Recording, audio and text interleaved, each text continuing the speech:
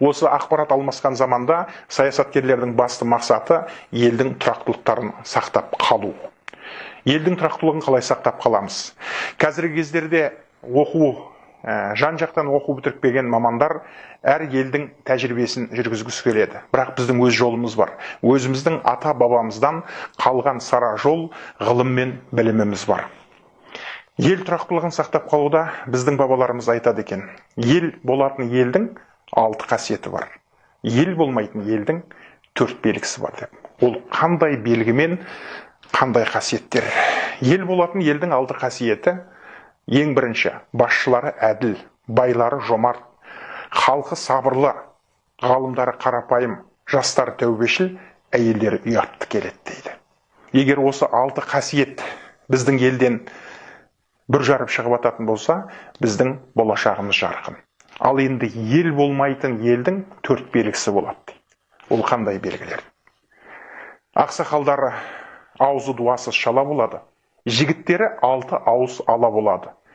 Кішісі үлкеніне тұрып сен дейді, атқамінер абыройлысы көкірегін ұрып, тек қана мен дейді екен. Егер осындай белгісі болатын болса, ол елдің болашағы бұлыңғыр.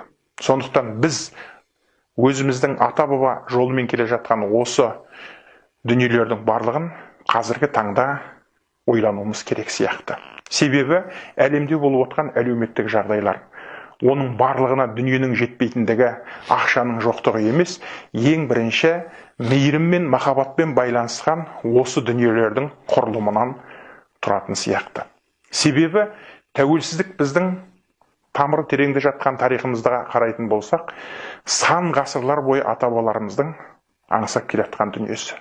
Бұған біз 1991 жылы қол жеткіздік. Енді оны мәңгі сақтап қалу біздің басты парызымыз. Ол үшін елдің ішіндегі тұрақтылығын сақтап қалу керек.